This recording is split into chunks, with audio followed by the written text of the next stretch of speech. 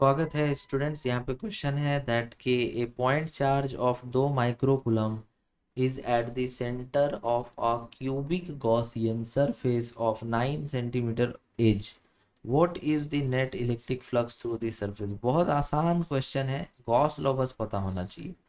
देखिए, Gauss law बोलता है कि जो भी क्लोज्ड सरफेस रहेगा, चाहे कि स्फेयर ही एक एग्जांपल में स्फेयर ले लीजिए। स्फेयर एक क्लोज्ड सरफेस है। मान लीजिए कि इसके सेंटर पे चार्ज है क्यू, ठीक है।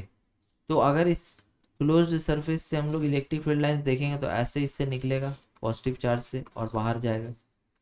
तो अगर टोटल फ्लक्स यहाँ पे पूछा जाएगा, फ्लक्स का मतलब होता है कि किसी भी क्लोज्ड सरफेस से या किसी भी सरफेस से कितना इलेक्ट्रिक फील्ड लाइंस, कितना अमाउंट में इलेक्ट्रिक फील्ड लाइंस पास हो रहे हैं। तो यहाँ पर अगर इस स्फीयर से हमें निकालना है कि फ्लक्स कितना होगा, तो क्यू बाई एप्सिलॉन नॉट लिख देंगे, ठीक है।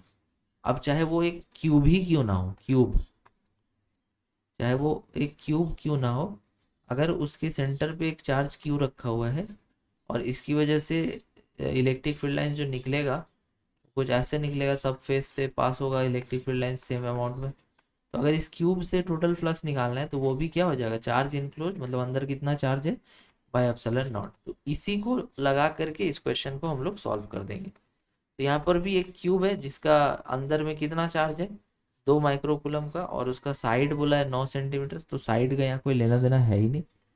पूछ रहा हूँ इलेक्ट्रिक फ्लक्स बताइए, तो फ्लक्स इक्वल टू हो जाएगा क्यू का वैल्यू कितना, 2 × 10⁻⁶ कूलम में बदल दिए, और एप्सिलॉन नॉट का वैल्यू होता है 8.85 इंटू 10⁻12।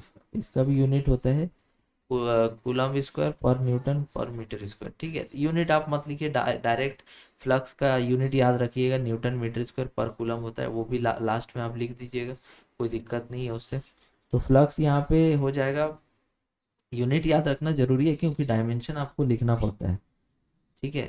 डायमेंशन का यूज़ आप 11th में पढ़े होंगे, तो इसीलिए यूनिट याद रखना ज़रूरी है।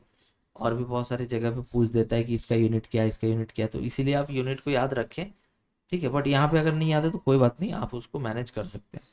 तो ये आपका आ गया फ्लक्स। अब इसको डिवाइड कर दीजिए।